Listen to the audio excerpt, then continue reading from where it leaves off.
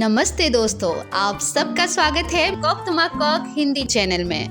आज दोस्तों हम बात करेंगे पोल्यूशन के बारे में। अरे बोरिंग टॉपिक है ना, चलिए कुछ मजेदार बनाते हैं इसे। घूमने जाना किसे नहीं पसंद, आप सबको भी पसंद है ना घूमने जाना, मुझे भी बहुत पसंद है। और रास्ते में भूख लगना ये बहुत आम सी बात है। जब हमें भूख लगती है तो हम क्या करते हैं, रास्ते में रुक के कुछ खा लेते हैं या फिर साथ में कुछ खरीद के लेके जाते हैं और गाड़ी में बैठ के खा लेते हैं। खा लिया, पेट भी भर गया। अब उस पैकेट का हम क्या करते हैं, जहाँ से गुजर रहे होते हैं उधर ही फेंक देते हैं, है ना? फेंक देते हैं ना हम सब। रास्ते में आए दिन ऐसे नज़ारे बहुत सारे देखने को मिलेंगे। आपको लग रहा होगा तो क्या हुआ, छोटी सी तो बात है, इससे क्या है, सभी फेंकते हैं रास्ते में, नॉर्मल है, क्या फर्क पड़ता है।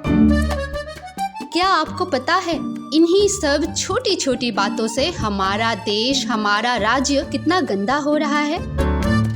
आए दिन यहाँ वहाँ कचरा फेंकना बहुत ही गंदी बात है। हमारी छोटी से छोटी लापरवाही के कारण आज थोड़ी सी बारिश भी हो जाए तो बाढ़ जैसी हालात हो जाती है, क्योंकि हम कचरा यहाँ वहाँ फेंक देते हैं और नाम देते हैं किसकी, सरकार की।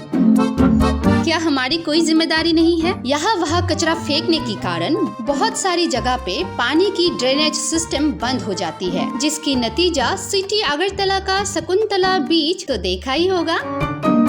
क्या लगता है सरकार की दोष है? उन पे एक उंगली उठती है तो हम पे 3 उंगली। प्रैक्टिस करके देख लो, क्योंकि यहाँ वहाँ कचरा तो हम फेंकते हैं ना। हमारी ये आदत सिर्फ पर्यावरण को ही नहीं, वाइल्ड लाइफ एनिमल्स को भी बहुत बुरी तरह से अफेक्ट करती है। दोस्तों एक सिंपल सी बात है, हम जब तक सचेत नहीं होंगे हमारी पर्यावरण से लेके आसपास की हरियाली भी हम समेट नहीं पाएंगे।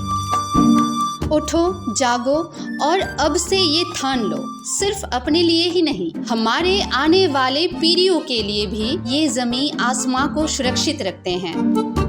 डस्टबिन में ही कचरा फेंकना है और खूब सारे पेड़ लगाना है। दूषण मुक्त धरती चाहिए तो 2 ही मंत्र है, एक स्वच्छता और दूसरी पेड़ पौधों से दोस्ती। तो दोस्तों आज के लिए बस इतना ही। अगली बार फिर से नई सोच और नई टॉपिक को लेके आप सबके सामने हाजिर होंगे।